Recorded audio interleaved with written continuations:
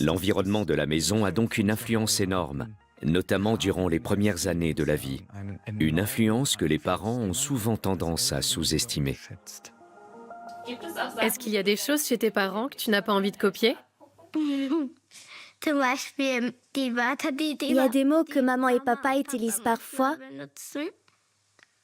et que j'ai pas trop envie de répéter parce que je trouve pas ces mots très jolis.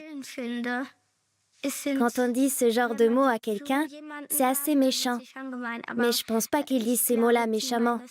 C'est juste que sur le moment, ils n'arrivent pas à faire autrement. On discute beaucoup. Il arrive qu'on se dispute, mais c'est plutôt rare. Et même avec les enfants, quand quelque chose nous déplaît ou ne se passe pas comme on veut, on essaie d'être honnête et de ne pas le cacher.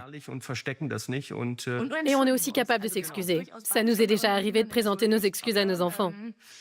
Oui, pour des propos qui ont un peu dépassé notre pensée. En fait, c'est super que les parents fassent parfois des erreurs, parce que ça permet aux enfants d'apprendre comment on gère ces erreurs. Le fait que nous ayons autant de mal à nous excuser est lié à la façon dont ces situations étaient gérées durant notre propre enfance. Quand on était enfant, qu'on faisait une erreur et qu'on le reconnaissait, comment réagissaient nos parents? Est-ce que ça les mettait en colère? Est-ce qu'on avait plutôt intérêt à taire nos erreurs et à ne pas nous excuser? Ou bien est-ce que nous avons appris que le fait de s'excuser était valorisé? Comprendre que certains comportements donnent lieu à une récompense ou à une punition fait partie de l'apprentissage de l'enfant. Comment gère-t-on un conflit? Comment évite-t-on les disputes? Comment les règle-t-on?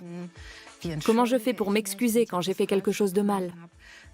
Les modèles et les personnes autour de nous jouent un rôle très important pour ces choses-là. La pression d'être un modèle, on la ressent constamment.